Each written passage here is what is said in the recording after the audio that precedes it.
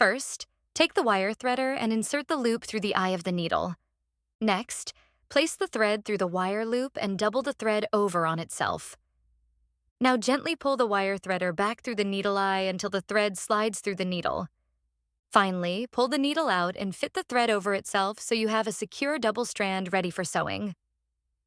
Make sure the thread is secured properly at one end before you begin stitching. Now let's learn the basic stitch we'll use throughout the kit, the running stitch. To make a running stitch, move the needle up and down through the felt in a straight line, keeping even spacing between each stitch.